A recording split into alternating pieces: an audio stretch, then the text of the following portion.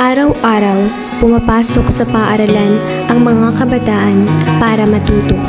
Ngunit, para matuto nga lang ba?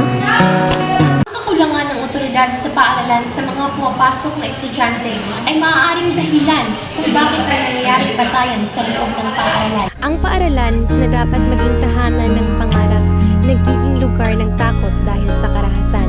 Sino ang hindi matakot kung ang silid-aralan ang parang larangan ng digmaan?